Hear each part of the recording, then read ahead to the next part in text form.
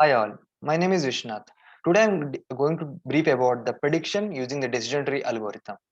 There are many other tools uh, like Google Colab, etc. And I'm using here Jupyter, which is also a good tool for the data analytics.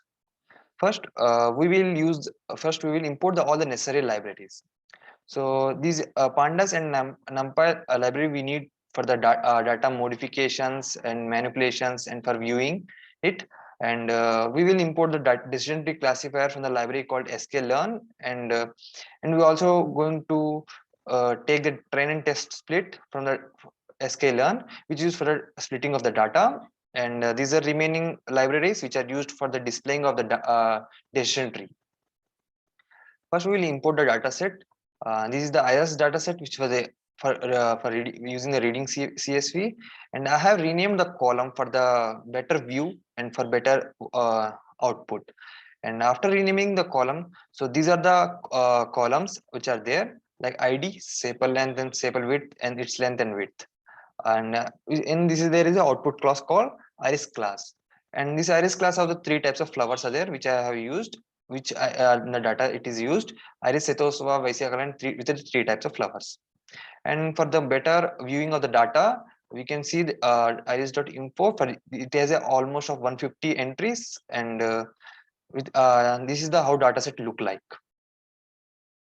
And now we will just separate the input and the output values in the different variables for the predictions.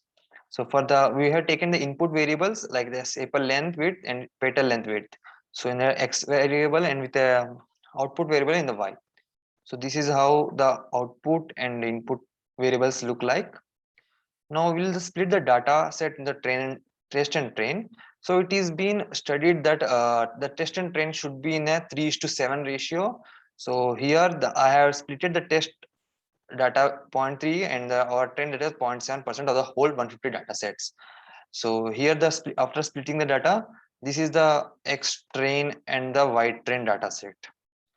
So after splitting, we will create a decision tree based on the train data, and which will be used to predict the on the test data. So we'll calculate how much accuracy it is achieved.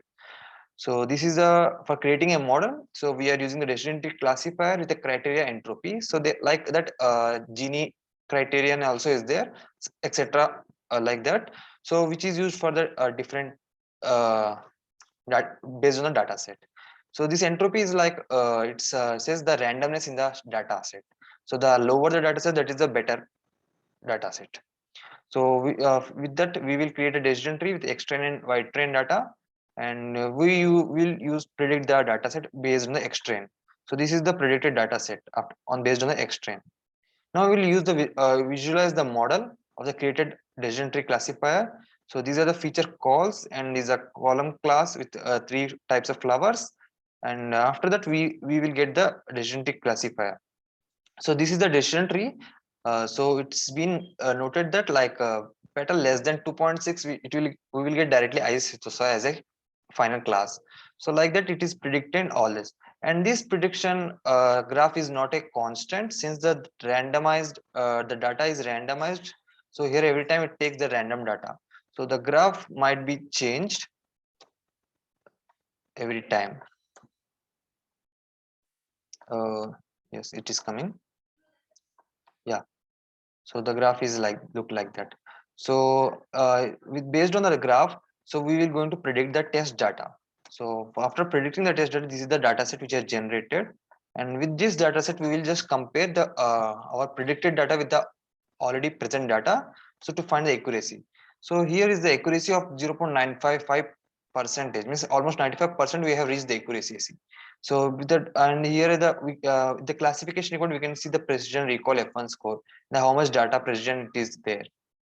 So that's all for prediction. Thank you.